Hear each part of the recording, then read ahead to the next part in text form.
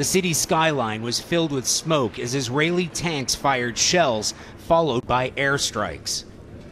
When we drove to one neighborhood to take a closer look, another strike came in.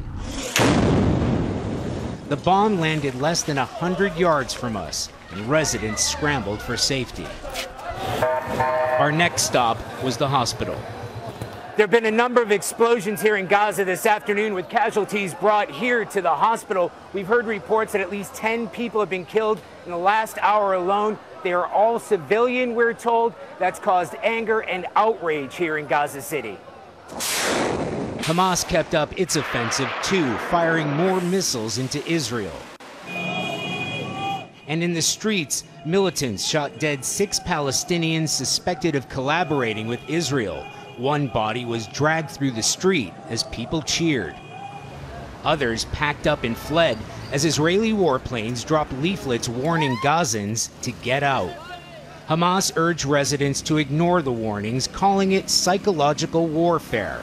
Human rights activist Raji Sarani said that despite the mounting casualties, Hamas still has widespread support.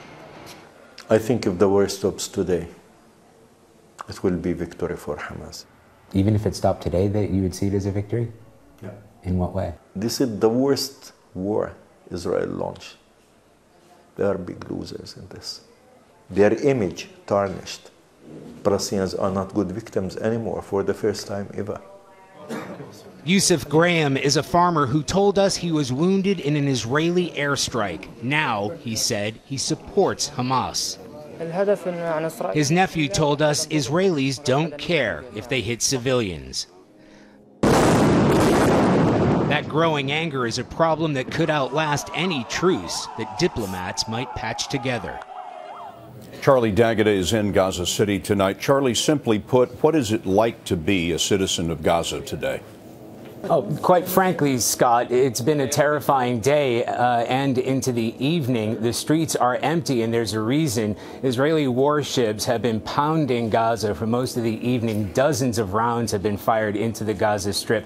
Israeli tanks have opened fire in the south. We've had fighter jets flying overhead on these bombing runs. There have been huge explosions here, some in residential neighborhoods that we passed on the way here.